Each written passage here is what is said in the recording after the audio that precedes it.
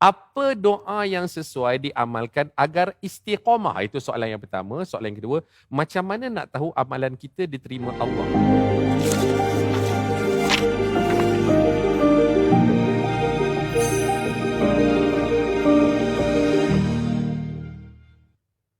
A'udzu billahi minasyaitonir rajim. Bismillahirrahmanirrahim.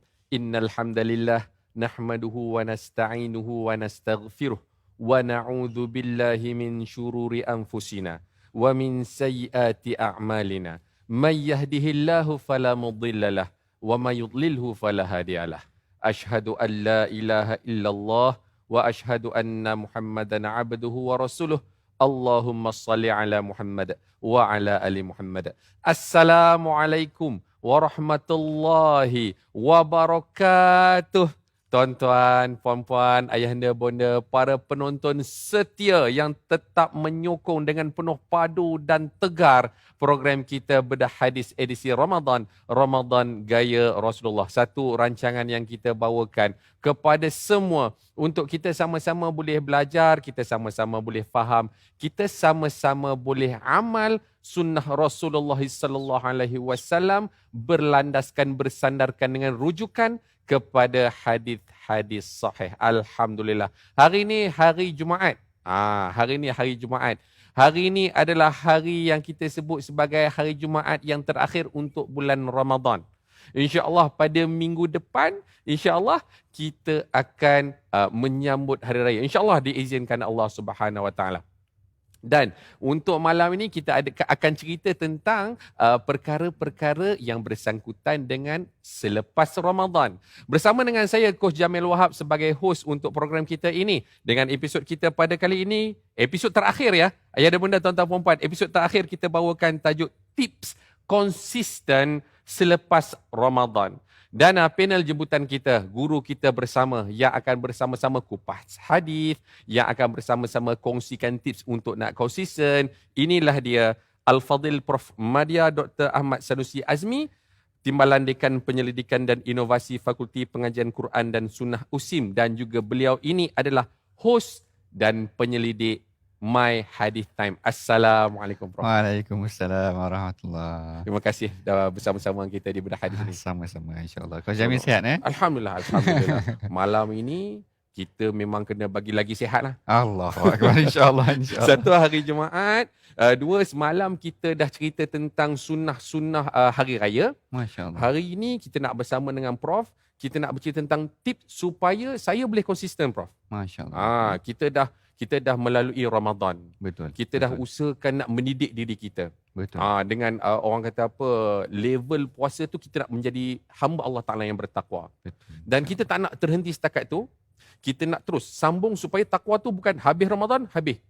Kita nak teruskan. Kan Prof kan? Betul. Dan tentunya bukan setakat saya sahaja yang nak tahu tentang tips konsisten selepas Ramadan, juga kita punya sahabat-sahabat para penonton, tuan-tuan dan puan-puan, tentu ramai lagi yang nak bersama-sama dengan kita nak tahu tips kita boleh konsisten selepas Ramadan.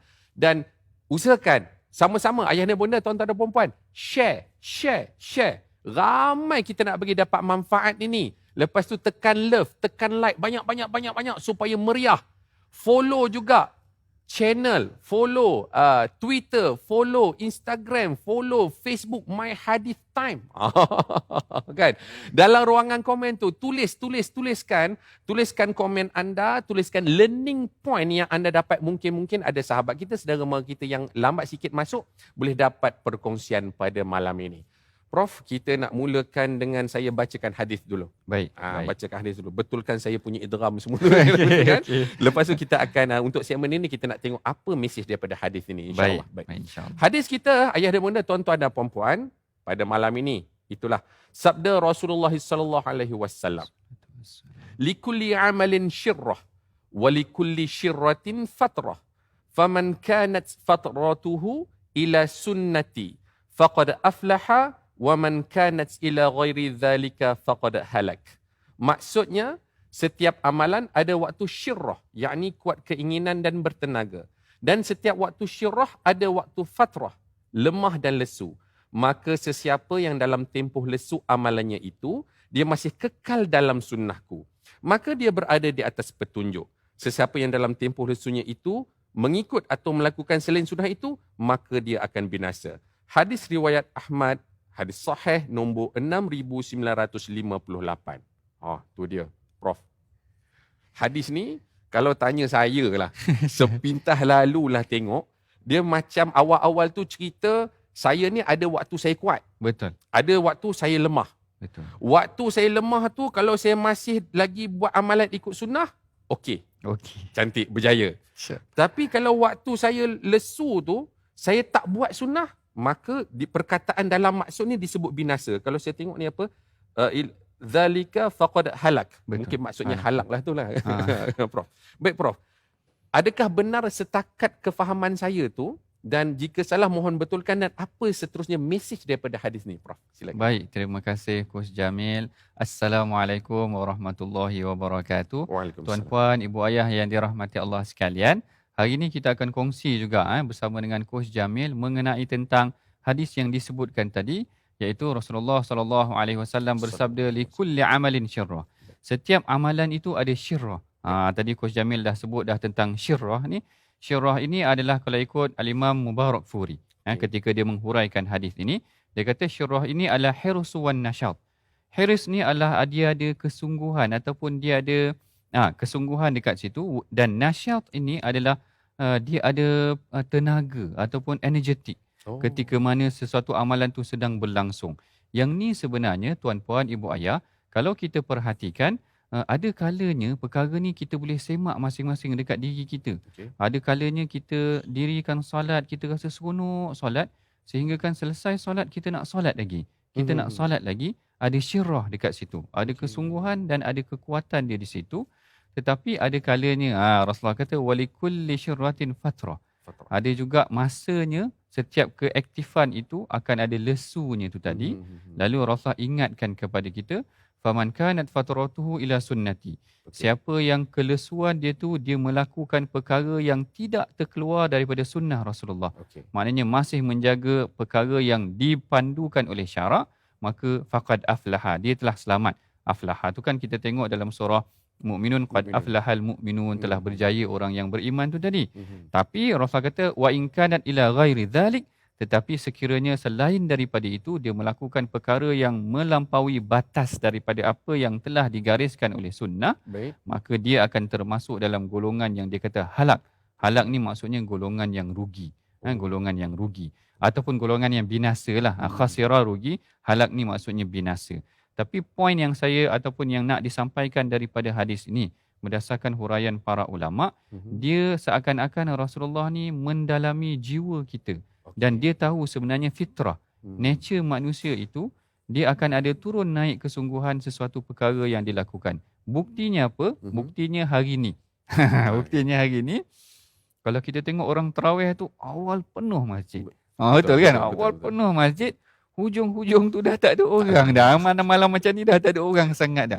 Orang sibuk buat kuih. Mungkin ataupun persiapan lagu raya ataupun nak raya dan sebagainya. Ceritanya, memang syirrah tu pada awal. Dan situasi ini, sebahagian ulama mengaitkan pertanyaan itu dengan Saidina Abdullah bin Amru. Saidina Abdullah bin Amru ni, kalau siapa yang kenal, memang orang dia excited ataupun aktif nak melakukan amal soleh ni. Dia antara orang yang awal yang dikatakan, kalau boleh nak habiskan khatam Quran setiap hari. Rasulullah kata tak payah khatam setiap hari pun tak apa. 3 hari sekali, 7 hari sekali. Asalnya Rasulullah kata 7 hari, maknanya seminggu sekali khatam pun tak apa. Dia kata aku ada tenaga yang lebih kuat daripada tu. Lalu dia kata Rasulullah kata 3 hari. Kalau 3 hari pun aku boleh kuat lagi daripada tu. Lalu Rasulullah kata jangan lebih daripada 3 hari. Maknanya seakan-akannya Rasulullah menggalakkan bacaan Al-Quran tu bukan sekadar baca laju-laju macam tu, tetapi tadabbur, berhenti juga tadarus dan memahami maksud yang ada dalam Al-Quran. Itulah maksudnya tu tadi. Sebab nanti orang akan kata, dalam Ramadan ni Imam Syafi'i pun habis berpuluh kali, kenapa pula boleh? Kalau kat situ Al-Imam Ibn Rajab kata, kesungguhan dalam bulan yang tertentu, maknanya ada masa yang dibenarkan ni tadi, maknanya difokuskan untuk melakukan amal ibadah, tidak mengapa. Apa yang saranan umum yang Rasulullah lakukan tu adalah supaya manusia ni nanti dia bimbang. Itu yang kita kata tadi. Rasulullah bimbang, nanti excited, baca banyak sangat, lama-lama dia sendiri yang lemau. Dia sendiri yang lemau tu tadi. Sebab itulah kalau kita perhatikan Saidina Abdullah bin Mas'ud. Saidina Abdullah bin Mas'ud ni dia hanya menyampaikan pengisian dia 3 hari setiap hari Selasa ataupun ada hari tertentu sahaja. Apabila ditanya sedemikian, dia kata aku bimbang nanti kamu akan luntur. Maknanya akan tak semangat dah untuk pengajian tersebut. Jadi itu ada kalanya para ulama dia menghadkan masa tertentu. Sama juga dengan kita tengok Rasulullah tadi bagi bimbingan kepada para sahabat. Ada kala-kalanya kita aktif tu tadi, maka kita nampak semangat, tapi dibimbangi waktu lemah tu kita tak boleh nak kawal kekuatan ataupun kita dibimbangi menyeleweng kepada perkara yang lain. Cuma ada satu perkara lagi yang saya suka tambah, nasihat Saidina Umar. Apabila menceritakan tentang sifat hati. Saidina Umar kata innalil qalbi, sesungguhnya hati ini ada idbaran wa iqbalan wa idbara. Ada kalanya hati ni memang betul-betul dia menghadap dan ada kalanya dia berpaling. Ada kalanya berpaling. Ada kalanya kadang-kadang kita excited ataupun seronok baca Quran. Tapi ada masanya macam tak boleh nak baca Quran, macam malas sangat. Lalu ini yang Saidina Umar kata, hati kita ini kadang-kadang dia menghadap betul, iqbal, dia menerima apa yang Allah Ta'ala perintahkan. Ada kalanya dia idbar, dia berpaling sedikit, dia tak nak buat. Ataupun macam kadang-kadang kita senang bangun subuh, kadang-kadang susah nak bangun subuh. Kenapa tak orang bangun ni kadang-kadang macam tu? Lalu ini yang Saidina Umar kata, ketika syirah itu, ketika energi itu tengah ada, maka dia kata fokuskan kepada amal sunat yang sangat banyak. Tetapi sekiranya sedang fatrah, sedang sekiranya hati itu tengah lesu, lemau dan sebagainya. Lemau ni betul lah perkataannya, lemau itu boleh kita kat sini. Lemau itu tadi. Jadi dia kata jangan sampai terlepas amalan fardu. Maknanya ketika excited, ketika tengah energetik tu tadi, fokus amal sunat, solat sunat banyak, baca Quran banyak, puasa sunat banyak, tak menjadi fokus betul-betul. Tetapi ada kalanya bila jiwa tu sedang lemah, fokus kepada amalan fardu sahaja. Jangan sampai fardu pun tertinggal. Itulah yang Rasulullah kata faqad halak, maka binasalah, sampai fardu pun boleh tertinggal. Prof, bila tengok kepada apa yang Prof bawakan itu tadi, penjelasan hadis ini, saya dapat 2 poin. Bagi saya lah dua poin besar. Satu, macam mana Rasulullah SAW menyatakan tentang fitrahnya manusia itu. Betul. Dia ada waktu dia akan memang kuat, bersemangat, yang dinyatakan ni, dan ada waktu lemah. Itulah manusia. Betul. Kan? Fitrah, rota, bukan fitrah yang ini. Betul. Fitrah yang maknanya itulah natural kita.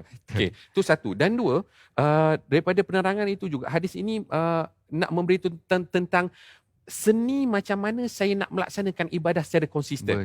Boleh saya sebut macam tu, Prof? Betul. Seni. Saya bila waktu saya tengah semangat, macam mana kaedah saya? Bila waktu saya tengah semangat tu tengah lemau ataupun tak berapa nak tak syok sikit, macam mana saya nak buat? Ini tuan-tuan dan puan-puan, para penonton sekalian, kita nak kena ambil cakna tentang diri kita. Kita nak kena sedar, saya ini ada waktu ini saya kuat, ada waktu saya lemah. Jadi semasa saya tengah kuat, saya tengah semangat, so, macam mana kaedah ibadah yang saya nak buat? Waktu saya tengah, okeylah, bolehlah, apalah, kan? Waktu tu macam mana saya nak buat? Banyak lagi persoalan yang kita nak tanyakan dengan Prof, nak minta Prof kongsikan dengan kita ni. Nak pula sekarang ini adalah episod akhir ni. Kena dengar sungguh-sungguh. Ajak lagi ramai-ramai. Tekan share tu, tuan-tuan dan puan-puan, supaya ramai boleh dapat manfaat daripada program kita ini. Namun sebelum itu, kita nak berhenti rehat dulu. Kita kembali selepas ini dalam Bedah Hadis edisi Ramadan. Ramadan Gaya Rasulullah.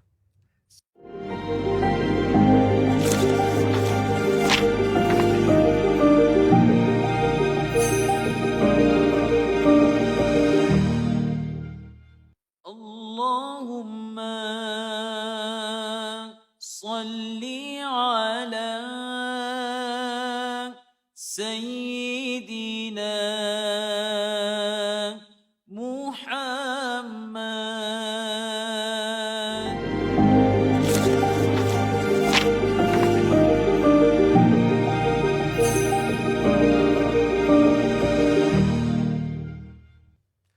Bismillahirrahmanirrahim. Alhamdulillah. Terima kasih ayah dan bonda, tuan-tuan puan-puan penonton Bedah Hadis edisi Ramadan kerana terus setia bersama-sama dengan kita hingga ke saat ini. Ayuh ajak lagi ramai-ramai untuk kita sama-sama dapat perkongsian yang amat bermanfaat daripada program ini. Ini episod terakhir tau. Ini episod terakhir. Dan tuan-tuan dan puan-puan, kita menjemput untuk tuan-tuan puan-puan semua bersama-sama boleh follow, boleh subscribe laman sosial Bedah Hadis. Ada channel YouTube, adanya Twitter, adanya Instagram, adanya Facebook, My Hadith Time. Jemput follow, jemput subscribe, jemput like, jemput share semua, insya-Allah. Baik, kita nak teruskan dengan perkongsian bersama dengan panel kita Profesor Madya Dr. Ahmad Sanusi. Okey, tuan-tuan dan puan-puan. Bulan Ramadan, Prof, kita dah ada tekad kita. Betul. Saya nak puasa, objektif besar saya nak bentuk diri saya jadi orang yang tattaqun. Betul. Orang yang mengamalkan perkara-perkara takwa. Dan bila kita tengok dalam bulan Ramadan tu, antara perkara takwa yang insya-Allah semua orang ada buat adalah baca Quran, Betul. solatnya, puasanya. Kita gabungkan jadi akronim dia QSP lah. QSP. QSP. Quran, solat, Solat, puasa. puasa. Baik. Kita berdasarkan tajuk kita hari ini, kita nak jadi konsisten selepas Ramadan. Baik. Dalam Ramadan kita dah bentuk QSP ni. Macam mana agaknya saya ni dapatlah Prof kongsikan tips dengan saya, dengan tuan-tuan puan-puan penonton ni untuk nak boleh maintain konsisten QSP ni habis Ramadan pun boleh jalan juga, Prof. Menarik. Ini satu soalan yang menarik. Kerana masalah ni memang masalah sejagat. Masalah sejagat. Kerana habis Ramadan, habis dah. Orang dah tak buat amal-amal soleh yang biasa dia buat dalam bulan Ramadan. Dan kadang-kadang bila habis Ramadan tu, ni sebenarnya Ramadan ni sesi kita muhasabah juga. Sebab apa? Bila kita masuk Ramadan, sebenarnya kita boleh bangun sebelum subuh, kan? Setuju. Tapi bila lepas Ramadan tak boleh bangun. Lepas subuh pun payah nak bangun, dikatakan macam tu. Dalam Ramadan kita boleh solat setiap kali lepas Isyak, solat 8 rakaat. Maknanya apa salahnya lepas Ramadan, lepas Isyak tu boleh sambung lagi solat-solat sunat tersebut, kan? Maknanya sebenarnya kekuatan tu ada pada diri kita. Cuma mungkin kita perlukan support system. Maknanya sistem sokongan sekeliling yang membantu kita untuk sama-sama meneruskan apa yang telah kita lakukan dalam bulan Ramadan. Baik. Saya bagi sebagai satu contoh bagaimana kita nak konsisten dalam bulan Ramadan ini. Antaranya adalah hadis yang diriwayatkan oleh Sayyidina Abu Hurairah. Macam mana saya dapat hadis Sayyidina Abu Hurairah ni, saya nak cerita dengan Coach Jamil. Sila. Orang ni adalah, saya dapat hadis ni daripada seorang pelajar Aceh. Daripada pelajar Aceh. Allahu Akbar. Yang ni saya sangat terinspirasi lah. Dia sebenarnya dia tampal hadis tu depan loka dia. Baik. Waktu saya datang Mesir. Saya datang Mesir tahun 2000. Baik. Tahun ni sekarang dah 2022. Okay. Dah 22 tahun saya baca hadis ni. Allahu Akbar. Besar pahala dia. Hanya kerana dia tampal hadis tu dekat loka dia. Saya datang rumah dia, hadis tu ada dekat loka dia. Baik. Dan saya baca hadis tu, mula-mula saya tak faham. Tapi lama-lama hadis ni kadang-kadang macam tu. Kita hafal, kita ingat, lama-lama kita akan faham. Baik. Hadis ni Sayyidina Abu Hurairah cerita. Dia kata, Awsani khalili bithalas. Kekasih aku wasiatkan kepada aku 3 perkara. Lan atrukaha abadan. Yang aku tak akan tinggalkannya sepanjang hidup aku. Baik. Yang pertama dia kata salatul duha. Salat. Maknanya Abu Hurairah tidak pernah meninggalkan salat duha. Yang keduanya wasaumin salasati ayyam fi kulli syahr. Puasa 3 hari pada setiap bulan. Ni kita boleh pegang dah. Baik. Puasa setiap hari 3 bulan ni maknanya ini adalah amalan yang tidak pernah ditinggalkan oleh Sayyidina Abu Hurairah. Dan yang ketiganya wa naumin ala witir. Dan aku tidak akan tidur melainkan setelah aku berwitir. Maknanya solat witir tu tadi. Jadi 3 amalan ni memang Rasulullah wasiatkan kepada Sayyidina Abu Hurairah, yang mana Abu Hurairah tidak pernah tinggalkan. Yang mana dia konsisten. Konsistensi para sahabat ni kadang-kadang kita tengok luar biasa. Kita tengok yang pertama ni tadi, Sayyidina Abu Hurairah pertama dia solat duha. Konsisten solat duha. Yang keduanya dia puasa 3 hari setiap bulan. Kita boleh pegang 3 hari setiap bulan ni. Isnin Khamis 2. Seminggu yang pertama dah dapat 2 dah. Betul. Masuk minggu yang kedua dah dapat 3. Cukup dah apa yang Rasulullah wasiatkan kepada Sayyidina Abu Hurairah tadi. Cantik. Yang ketiga solat witir tu tadi. Memang witir ni sebenarnya Kalau malas sangat pun 1 rakaat pun dah jadi dah. Boleh, Sebab boleh, witir boleh. 1 sahaja kalau tak silap saya lah.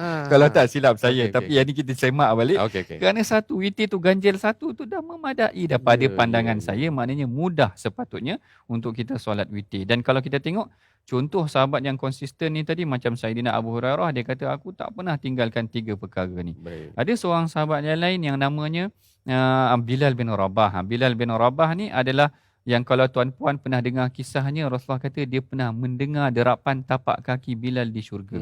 Dia kata, "Sami' ya Bilal bima sabaqtani fa inni sami'tu khashyataka fil jannah." Dia kata kepada Bilal, "Wahai Bilal, macam mana engkau mendahului aku kerana aku pernah mendengar khasyah, derapan tapak kaki ataupun siritan tapak kaki engkau dalam syurga." Lalu Bilal menyebut amalan dia. Ada yang menyatakan maknanya sama ada Bilal ni konsisten menjaga wuduk ataupun kebersihan dia, maknanya kesucian dia tu tadi. Ataupun ada yang kata setiap kali selepas dia berwuduk, dia akan solat sunat 2 rakaat. Okey. Solat sunat 2 rakaat dan dia konsisten dengan amalan tersebut. Apabila dia konsisten dengan amalan tersebut, menyebabkan Allah Ta'ala menjanjikan dia syurga kerana konsistensi dia tu tadi. Cantik. Cara dia konsisten tu tadi. Ha. Maknanya nak konsisten ni sebenarnya boleh. Para sahabat boleh buat tetapi tak perlu banyak. Kalau Kalau banyak ni tadi tu yang kita bimbang yang wala yusyaduddin dan agama ni tidak ditewaskan tidak dilakukan dalam keadaan yang sukar, melainkan dia akan menyebabkan seseorang tu tewas ataupun dikuasai ataupun gagal. Kita bayangkan macam tu. Ambil tips yang pertama daripada Saidina Abu Hurairah tu tadi, puasa 3 hari setiap bulan. Okey. Dan perkara ni juga yang Sayyidatina Aisyah ceritakan kepada apabila ditanyakan apakah Rasulullah tu berpuasa 3 hari pada setiap bulan, Aisyah kata ya. Dan Rasulullah tak kisah hari apa pun kalau dalam hadis tu lah. Tapi kalau kita ambil hadis yang lain, ada Isnin Khamis, ada puasa pertengahan bulan, hari-hari putih tu tadi. Baik. Maknanya boleh kita amalkan 3 hari setiap bulan, cuba konsisten. Tapi puasa ni sebenarnya susah pada hari yang bagi orang yang tidak biasa sebenarnya susah. Maknanya Setuju. mati hidup balik pun tak boleh nak puasa juga. Faham, Kerana dia tak boleh nak tinggal teh tarik dan roti canai dia dia tak boleh nak tinggal. Kalau tak boleh puasa tu tadi, sekurang-kurangnya konsisten baca Quran. Konsisten baca Quran, ada perkara yang dia boleh konsisten. Kan kita pernah dengar ada seorang sahabat, dia konsisten baca Qul Huwallah pada solat dia tu tadi. Sehingga menyebabkan perkara ni disampaikan kepada Rasulullah. Lalu ditanya kepada Rasulullah, kenapa engkau konsisten baca Qul Huwallah ni tadi? Kerana aku menyukai intipati ayat tersebut yang mengesakan Allah. Lalu Rasulullah kata, sesungguhnya Allah Ta'ala menyukai, mencintai engkau kerana engkau mencintai ayat yang mengesakan Allah Ta'ala tu tadi. Konsisten sahabat tu hanya simple sahaja, baca perkara yang sikit sahaja, tetapi boleh dibuat. Maknanya boleh dilakukan dan dia akhirnya mendapat ganjaran yang tinggi di sisi Allah Ta'ala. Allah Ta'ala sayang kepada dia. Ataupun yang perkara yang juga boleh kita amalkan, macam baca ayat kursi selepas daripada solat. Walaupun ayat tu simple, taklah sama macam kita tadarus. Tetapi sekurangnya konsisten tu kerana memang ada sebuah hadis yang Rasulullah katakan siapa yang membaca ayat kursi ba'da kulli solat, setiap kali selepas daripada solat, tidak ada yang akan memisahkan dia antara dia dengan syurga melainkan kematian. Maknanya dia meninggal sahaja dia akan dapat syurga. Konsisten baca ayat kursi pun telah memadai. Alangkah baik kalau baca ayat kursi konsisten pun dah boleh dapat syurga. Alangkah baiknya kalau sehari dia boleh baca 1 muka surat pun boleh. Maknanya simple sahaja. Perkara yang kita boleh galakkan kepada ataupun tips-tips yang kita boleh bagi kepada seseorang tu tadi. Dan yang ketiga, yang terakhir, yang pertama tadi, puasa 3 kali setiap bulan. Yang keduanya tentang bacalah apa-apa ayat yang kita boleh konsisten sekurang-kurangnya 1 hari. Dan yang ketiganya, kita sama ada kita tunaikan solat witir 3 rakaat lepas daripada isyak tu, ataupun kita ambil hadis daripada Abu Hurairah tu tadi. Kalau Ramadan kita solat sunat banyak pada malam hari, ambil 1 sahaja 2 rakaat pada siang hari, iaitu pada duha tu tadi. Solat duha tu sebenarnya solat duha ni kat pejabat pun boleh buat. Kan maknanya sebelum kita masuk pejabat singgah kejap. Ada kalanya macam tu. Ada kalanya orang pukul 10 keluar minum kopi kejap ke rehat kejap. Mungkin dia boleh keluar kejap solat 2 rakaat dan sebagainya. Ini antara tips yang saya kira perkara yang praktikal yang dilakukan sendiri oleh para sahabat, yang kandungannya ataupun ganjarannya sangat besar di sisi Allah Ta'ala. Cantik Prof. Berdasarkan hadis Abu Hurairah radhiyallahu an, tiga perkara ini Sayyidina Abu Hurairah tak tinggal. Tak tinggalkan. Dan bila kita rangkumkan dalam poin QSP kita, okey, jadi perkara yang kita nak jaga tu baca Quran, Baca Quran. idea dia kalau tak mampu nak habiskan khatam satu Quran satu hari kan, kita ambil ekstrim punya contoh ya Prof ya. Betul. So kita ambil minimum apa yang boleh saya lafazkan secara lazim. Betul Betul. Baca ayat kursi ke Betul. atau Betul. yang penting saya kena konsisten. Ambil yang ringan, nanti kita tambah upgrade. Betul. Itu tentang Quran. Tentang solat, kita usahakan kalau katalah sebab sekarang ni saya dah berlatih setiap malam saya boleh witir apa insya-Allah. Betul. Kan? Betul. Jadi kalau kata habis je bulan Ramadan ni nak teruskan, minimum ambillah 3 rakaat. Betul. Jadilah supaya boleh maintain. Ambil yang ringan, lepas tu kita upgrade. Dan yang ketiga bab puasa tu, puasa sunat lah. Puasa sunat.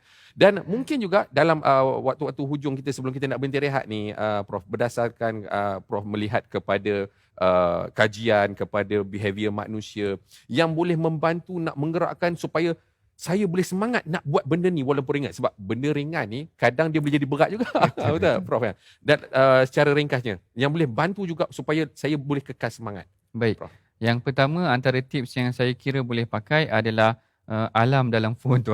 Dalam phone tu tadi. Alam. Maknanya kalau kita boleh set alam bangun subuh pukul 5.30 dan sebagainya, setkan juga alam pukul 10 untuk waktu kita solat duha. Kadang-kadang sempat, kadang-kadang tak sempat. Ataupun pada 10 malam kita setkan waktu untuk kita witir tu tadi. Ataupun ada alam yang kita setkan untuk Allahumma salli alaihi wasallam baca Quran tu tadi. Lepas zuhur kita setkan baca Quran. Bila dia jadi tabiat, sebenarnya lebih mudah dah lepas tu. Okey. Tapi sekurang-kurangnya sebenarnya phone kita ni membantu kan. Maknanya kita dah ada device yang boleh support kita punya aktiviti kita tu. Cantik Prof. Tu. Tuan-tuan dan puan-puan, teknologi dah ada. Masing-masing pun dah ada alarm. Kalau tak cukup ni beli jaloceng yang dulu boleh set. Tuan-tuan dan puan-puan, gunakan teknologi yang ada untuk membantu kita boleh mudah nak beribadah. Poin yang saya dapat tu tadi Prof ialah nak bentuk habit. Betul.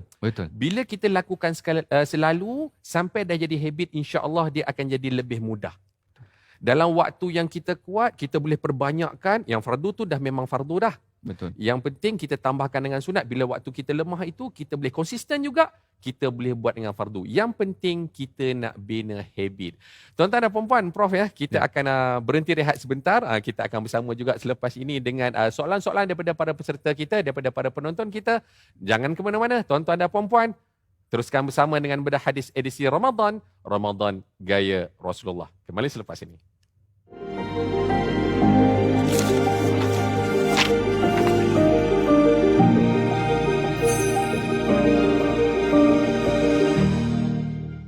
Allahumma salli ala Sayyidina Muhammad.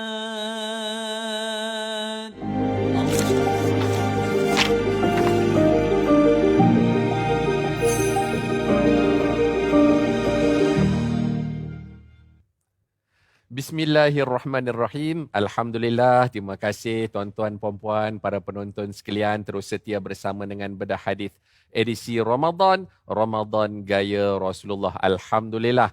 Kita nak menjemput tuan-tuan dan puan-puan untuk terus sharekan episod ini. Ini episod yang terakhir tuan-tuan dan puan-puan. Ini episod yang terakhir. Jangan sampai ada yang terlepas. Alah, tak sempat nak tengok. Tak mau. Tuan-tuan dan puan-puan, sharekan. Dan juga kita menjemput tuan-tuan dan puan-puan untuk follow, untuk subscribe laman sosial My Hadith Time. Ada channel YouTube, ada Twitter, ada Instagram, ada Facebook. Jemput ramai-ramai di situ. Banyak dikongsikan ilmu bermanfaat berkenaan hadis. Okey, kita nak teruskan ya. Prof, ini kita ada soalan-soalan peserta. Baik. Namun sebelum itu saya nak menyebut juga ni Prof, bila sebut tentang konsisten, saya teringat bila sebut tentang bulan Ramadan, berpuasa, ayat automatiknya surah Baqarah ayat 183. Betul. Dan perkataan hujung pada ayat tu adalah tattaqun. Okey. Kalau orang yang mengaji bahasa Arab yang pernah guru saya ajarlah Prof ya, tattaqun ni dia adalah fi'il mudhari'. Tattaqun kan, dia fi'il mudhari' yang mana dia berlangsung sepanjangnya. Betul.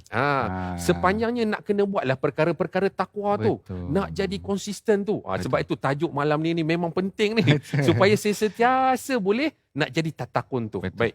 Kita nak masuk saya tu kira macam pembuka lah sebab nak masuk pada soalan yang pertama ni tuan-tuan dan puan-puan. Kita tengok kepada soalan yang pertama ini. Soalan yang ditanyakan oleh peserta kita.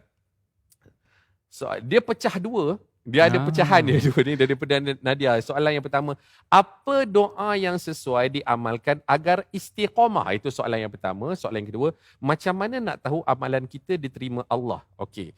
Kita pergi soalan yang pertama dulu, Prof. Ya. Doa yang sesuai diamalkan agar istiqamah. Dan saya akan terus bawa konteks supaya saya istiqamah jadi takwa. Baik.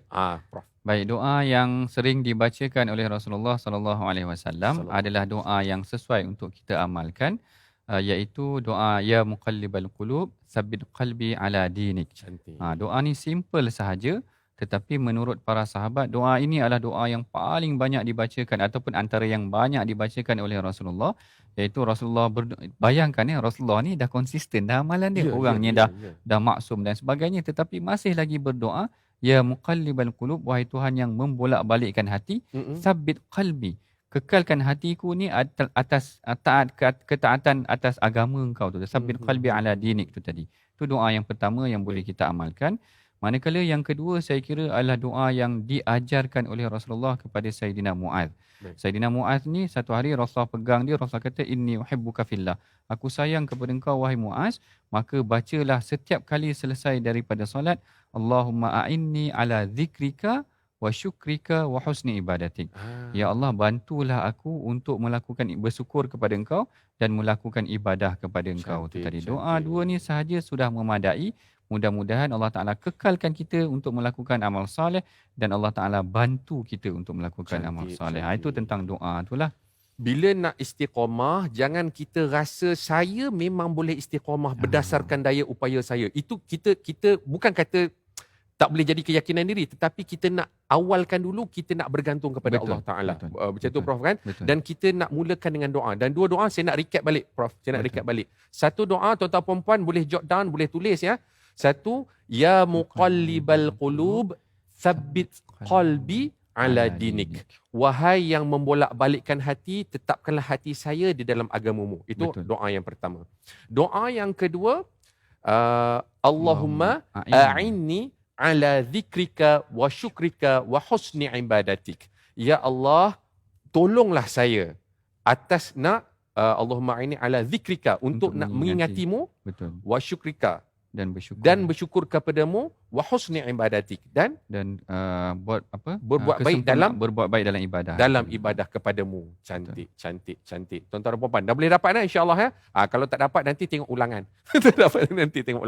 Baik, tadi kita ada pecahan yang kedua tu. Macam mana nak tahu amalan kita diterima Allah? Baik, yang ini antara perkara yang banyak juga ditanya dan saya perhatikan sebahagian ulama dia melihat bahawa amal saleh itu sekiranya dia diterima oleh Allah Ta'ala, dia akan membuahkan amal saleh yang lain. Yang biasanya keadaannya sedemikian. Sebagai contoh, maknanya bila kita banyak berpuasa, kita lagi excited ataupun seronok untuk meneruskan perkara tersebut. Ini antara tanda-tanda. Antara tanda-tanda amal soleh tersebut membuahkan amal soleh yang lain. Saya bukanlah nak kata sebab yang menerima amal soleh ni adalah Allah Ta'ala. Kita pun tak tahu. Ada kalanya mungkin lepas dia puasa, dia dah tak nak puasa pun, kita pun tak pasti maknanya amal soleh dia diterima ataupun tidak. Tetapi sekurang-kurangnya para ulama kata apabila dia melakukan amal soleh tersebut, salah satu tanda-tandanya dia diterima, dia adalah membuahkan amal soleh yang lain. Maknanya dia lagi seronok untuk melakukan amal soleh yang lain. Yang keduanya, sekiranya dia rasa macam dah tak berapa nak suka, itu dibimbangi. Amal soleh dia tu mungkin ada masalah. Sebagai contoh, dia menyumbang, katakan macam tu. Ini contoh dia lah, maknanya mungkin dia ada terselit unsur-unsur riak sebagai contoh.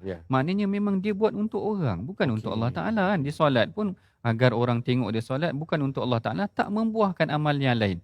Jadi macam mana amal itu nak dianggap sebagai diterima, kerana lepas tu dia dah tak solat, dia hanya solat untuk orang nampak.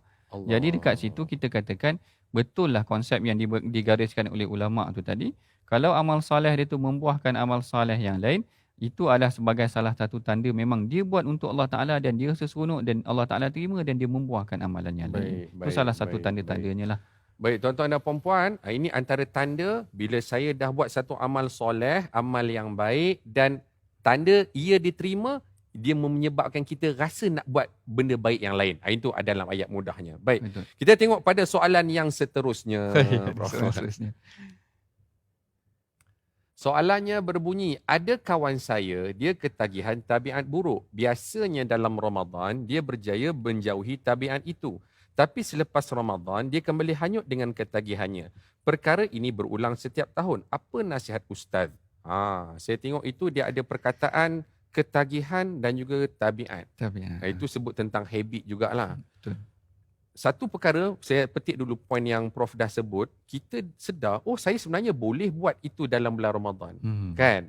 Itu antara clue lah untuk saya. Betul. Prof, silakan bagi nasihat. Baik, yang ni sebenarnya bukan, ini masalah yang biasa juga yang kita hadapi dan kita perhatikan kawan-kawan kita. Sebagai contoh, saya pernah waktu belajar dahulu, ada kawan yang isap okok. Dia isap okok. Tapi bulan Ramadan dia boleh berhenti. Maknanya sebenarnya boleh berhenti. Yeah. Dia tak berbuka pun dengan okok. Ada orang dia buka dia buka dengan isap okok. Tapi ni dia tak buka dengan isap okok. Dia boleh berhenti dalam bulan Ramadan. Habis Ramadan dia start isap okok balik. Jadi yang ni saya kira sama juga dengan perkara lain. Ada yang mungkin orang dia suka tonton movie ataupun tonton perkara yang tidak elok, tapi waktu Ramadan dia boleh berhenti. Menunjukkan yang pertama, dia ada kekuatan sebenarnya untuk melakukan perkara tersebut.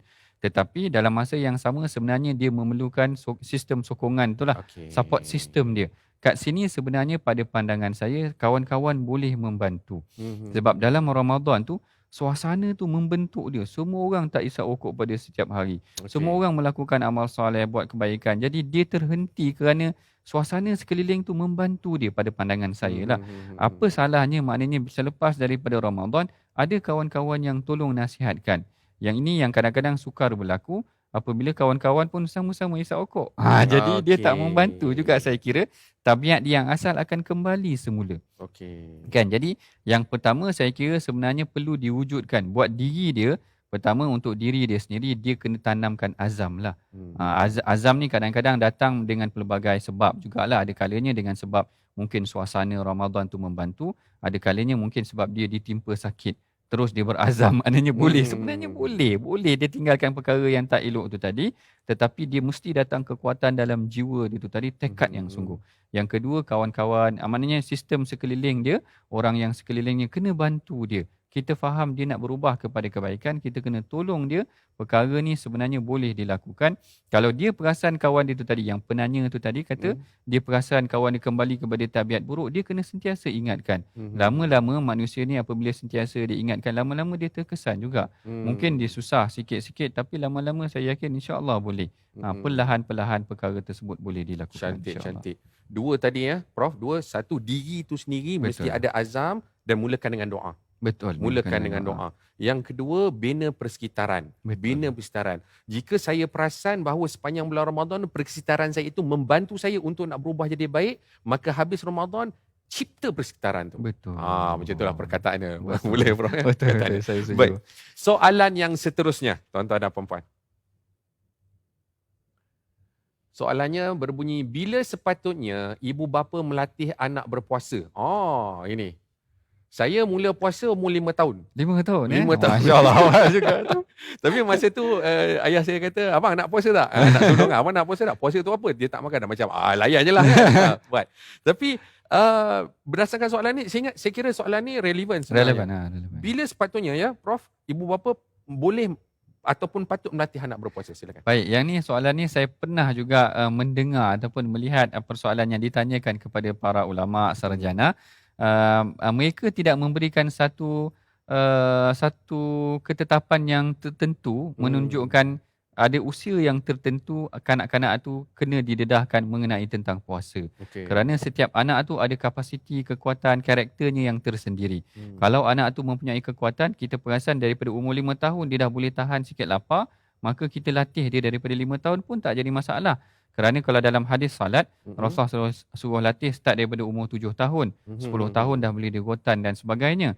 Jadi mungkin juga kita boleh ambil 7 tahun tu sebagai benchmark daripada hadis yang disebutkan mengenai salat tersebut. Darjah 1 telah mula dilatih. Dan di sekolah pun mungkin akan ada suasana tu, dia dibantu dengan suasana persekolahan dia. Kawan-kawan dia mungkin puasa, mungkin tak puasa darjah 1. Anak saya ada yang darjah 1. Dia balik dia kata, ayah saya nak buka puasa, tadi dia orang tak puasa. Katakan macam kacau pula macam tu. Tapi nak ceritanya boleh dilatih kerana kat sekolah tu bukan yang tak puasa, yang puasa pun ada. Betul. Jadi di rumah dia dah dibantu dengan kita. Kadang-kadang kita pun tak boleh nak kontrol dia. Lapar lah nak pergi dapur dan sebagainya. Tapi bila dia pergi sekolah, dia boleh tahan dia sebenarnya. Sebab dia tengok kawan dia semua puasa. Mungkin juga sama ada 5-6 tahun waktu tadika tu telah boleh dilatih. Ataupun bermula dengan darjah 1, 7 tahun. Tetapi tidak ada satu waktu yang tertentu, yang khusus, yang dihadkan oleh para ulama, yang mewajibkan kita ataupun menyuruh kita melatih anak kita berpuasa, tergantung ataupun bergantung kepada kapasiti, kekuatan fizikal seorang anak tersebut sendiri. Betul. Sebab berpuasa ni dia memang melibatkan kekuatan fizikal sebenarnya. Betul. Itu tak boleh nak dinafikan.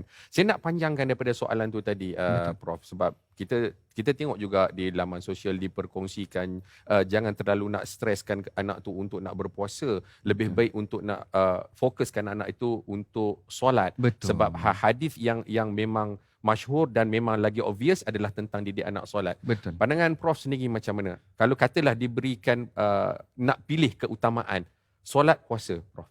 Saya setuju. Sebenarnya penekanan terhadap solat lebih utama. Penekanan terhadap solat lebih utama. Pada pandangan saya tidak, bukanlah tak guna, bukan tak guna maknanya. Agak sia-sia juga kalau kita tekan dia, push dia untuk puasa tapi dalam masa yang sama dia tak solat. Jadi dia lebih terlepas, urusan yang lebih utama sebenarnya berbanding dengan yang kedua tu tadi. Sebenarnya sama-sama adalah rukun. Tetapi solat tu adalah lebih utama pada pandangan saya, ditekankan kerana dia mesti dilakukan setiap hari. Mesti dilakukan setiap hari. Jadi kalau kita tak beri penekanan terhadap perkara tersebut, saya bimbang dia tertinggal. Sedangkan puasa ni masih boleh dilatih sepanjang tahun tu sehinggalah masuk Ramadan dia dah bersedia. Gambaran dia sedemikian begitu. Jadi saya kira sebenarnya dua-dua penting. Kalau dia boleh puasa dan solat, alangkah baiknya. Tetapi kalau kita dah latih dia puasa, pastikan dia juga adalah orang yang mendirikan solat. Jangan sampai dia puasa tapi tak solat. Saya kira itu tak kena dan tak betul lah. Okey. Ayahanda bonda yang sedang menonton sekarang ini, satu poin yang menarik, antara puasa dan solat, kita utamakan solat itu tanpa kita menafikan bahagian puasa. Hanya kalau kita nak tengok keutamaan yang mana nak dididik, solat, kerana solat itu berlangsung setiap hari. Minimum 5 kali. 5 kali sehari. Sedangkan berpuasa yang wajib itu adalah setahun sekali. Memang 30 hari. Cantik, satu poin cantik. Kita nak teruskan dengan soalan yang seterusnya. Umi Salmah bertanya, kenapa ada hadis Allah kata puasa itu untukku? Kenapa ada hadis? Saya ulang sikitlah soalan dia. Benarkah ada hadis yang mengatakan Allah kata puasa itu untukku, untuk Allah? Untuk Allah, betul. Baik, ini soalan yang sangat menarik. Dulu saya pun tertanya-tanya. Hadis ni memang saya ada huraikan dalam 40 hadis puasa dan Ramadan tu. Kenapa Allah Ta'ala kata kullu amali bin Adam lahu illa siyam. Allah Ta'ala kata semua amalan anak Adam itu adalah untuknya, illa siyam, melainkan puasa, illa saum ataupun melainkan puasa. Fa innahu li, sesungguhnya puasa untuk aku, wa ana ajzi bi, dan akulah yang memberikan ganjaran. Jadi kita terfikir, habis solat ni bukan untuk Allah kata. Solat pun kita solat untuk Allah Ta'ala. Kita pergi haji pun untuk Allah Ta'ala. Kita bayar zakat pun untuk Allah Ta'ala. Tapi kenapa Allah Ta'ala kata illa siyam fa innahu li, puasa tu untuk aku. Jadi persoalan dia, sebagai contoh Al-Imam Nawawi ataupun Al-Imam Ibn Hajar, dia ada hurai, dia kata kerana puasa ni salah satu kelebihan dia, elemen dia sukar untuk terdedah kepada elemen riak. Dia adalah bukan amalan yang dilihat secara fizikalnya orang terus tahu. Kalau orang dirikan solat, dia tengah solat, nampak dah. Kalau orang tengah tawaf, dia tengah buat haji, tahu dah. Orang tengah tunai zakat, bayar zakat, nampak dah. Puasa tak ada orang tahu. Kalau saya diam ni, orang pun tak tahu. Sanusi puasa ke tak? Ada orang tak tahu. Betul tak? Orang tak tahu. Jadi Al-Imam Nawawi kata, puasa ni tak ada siapa yang tahu melainkan Allah. Kecuali kalau dia yang bagi tahu, saya sedang puasa, nanti terdedah riak. Aku puasa ni, aku kata. Mana ada orang jalan, saya sedang puasa, tak ada macam tu. Nak menunjukkan, para ulama kata puasa sukar terdedah kepada amalan riak. Jadi unsur riak tu apabila terlepas, memang dia untuk Allah. Puasa tu memang untuk Allah. Ini tafsiran yang pertama. Penafsiran yang kedua, para ulama kata ataupun Imam Nawawi ataupun Ibn Hajar kata, dia kata puasa ni ganjaran dia tidak dikhususkan kepada ganjaran yang tertentu. Okey. Kalau solat berjemaah tu Rasulullah pernah sebut 25 ganjaran, Ya, 27 ya. ganjaran. Solat di Masjid Nabi ada 10,000 ganjaran, Masjid Haram ada beratus ribu ataupun ganjaran tertentu. Tetapi puasa tak ada. Lalu Okey. seakan-akan para ulama kata puasa ni ganjaran dia hanya Allah sahaja yang tahu. Memang sangat Oh. special. Orang lain tak tahu. Kalau dia puasa betul-betul iman dan wahtisaban tu tadi, memang Allah Ta'ala akan berikan dia ganjaran yang mungkin orang tidak tahu. Allah. Itu istimewanya amalan puasa ni tadi. Faham. Sehingga kan memang dia khusus untuk Allah Ta'ala dan ganjarannya hanya Allah sahaja yang tahu. Jadi itulah Allah. maksud sesungguhnya puasa itu adalah untuk aku. Macam tu. Prof, cantik sangat tu. Itu bagi semangat ni. Tuan-tuan dan puan-puan, hari ini hari Jumaat, walaupun ini adalah episod akhir, tapi di episod akhir bedah hadis. Bukannya episod akhir kita ini berpuasa. Berpuasa ada lagi hari-harinya, tuan-tuan dan puan-puan. Satu poin yang saya nak bawakan, ketengahkan sekarang, ganjaran untuk puasa, Allah Ta'ala saja yang tahu nak bagi. Allah Ta'ala saja. So, kita nak jadi hamba yang bersedia nak diangkat oleh Allah SWT, dipilih oleh Allah SWT untuk nak diberi ganjaran. Prof, kita dah di penghujung rancangan. Masya Allah. Rasa macam ada banyak lagi nak dikongsikan, tetapi begitulah adat hidup di dunia ini kan. Dia ada timeline dia. Di hujung rancangan ini, Prof, di episod akhir ini. Saya banyak kali sebut episod akhir ni kan. Saya nak mohon daripada Prof untuk berkongsikan nasihat. Baik. Berkongsikan nasihat kepada saya, kepada para penonton kita juga. Ambil jugalah kesempatan mengucapkan selamat hari raya kepada para penonton kita. Prof, silakan. Baik, tuan-puan, ibu ayah yang dirahmati Allah sekalian, kita dah lalui Ramadan 30 hari. Bahkan kita dah, kalau usia saya ni dah 40 tahun, mungkin dah 30 tahun Ramadan. Setiap tahun Ramadan kita dah lalui, maknanya setiap tahun kita dah lalui proses tarbiyah tersebut. Apa katanya tahun ni kita buat perubahan sedikit, Ramadan yang ada pada kali ini membuahkan sesuatu yang benar-benar berimpak. Maknanya lepas Ramadan kita ada amalan yang kita teruskan selepas daripada amalan puasa kita ni tadi. Sama ada kita puasa 3 hari lepas Ramadan kali ni, ataupun kita meneruskan puasa Syawal, ataupun kita meneruskan apa amalan-amalan yang biasa kita lakukan dalam Ramadan. Inilah amalan yang sangat disukai oleh Rasulullah, walaupun sedikit tetapi konsisten. Okey. Dan di kesempatan ini, alang-alang Coach Jamil dah beri, saya ingin mengucapkan selamat Hari Raya kepada seluruh ahli keluarga saya, terutamanya di Keramat dan di Muazzam Pahang, dan seluruh umat Islam, insya-Allah. Terima kasih. Jazakallah khair, Prof. Sama-sama. Alhamdulillah, memang satu perkongsian yang sangat menarik, sangat best. Amat mudah tuan-tuan dan puan-puan kita nak amalkan. Ingat, saya bawakan tadi huruf tu QSP. Quran, solat dan juga puasa kita boleh teruskan. Jangan fikir berapa banyak saya nak kena buat, tetapi fikirkan walaupun sedikit saya nak buat sungguh-sungguh secara konsisten, secara istiqamah. Saya juga nak mengambil peluang di sini tuan-tuan dan puan-puan untuk nak mengucapkan ribuan terima kasih kepada seluruh para penonton yang setia menyokong bedah hadis edisi Ramadan ini. Tanpa tuan-tuan dan puan-puan sebagai penonton, apalah gunanya kami bersiaran. Tuan-tuan dan puan-puan juga, kami nak ambil kesempatan ini minta maaf salah silap sepanjang kami bersiaran 20 episod ini. Lebih kuranglah 20 episod ini ada salah silap. Tentulah itu kelemahan kami semua. Ambil yang bermanfaat, kongsi-kongsikan agar ramai boleh dapat manfaat. Selamat Hari Raya Aidilfitri juga kepada keluarga saya di Sungai dan juga Bidor, dekat saja sebelah di Sungai dan juga Bidor, seluruh para penonton bedah hadis edisi Ramadan Gaya Rasulullah ini. Sekali lagi jazakumullah khair kepada semua. Terima kasih tuan-tuan dan puan-puan. Semoga ada rezeki kita berjumpa lagi dalam bedah hadis edisi yang lain pula, insya-Allah.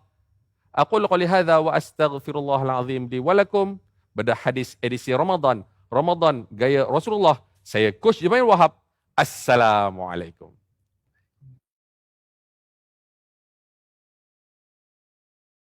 اللهم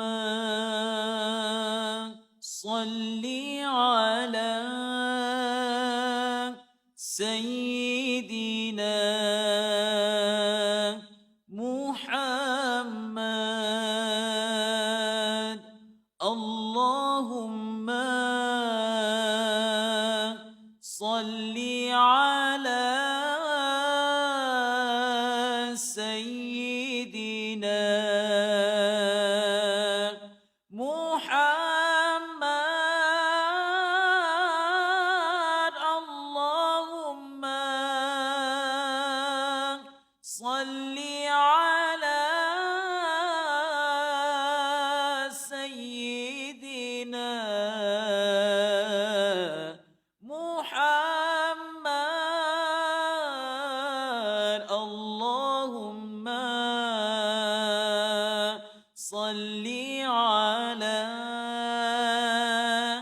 سيدنا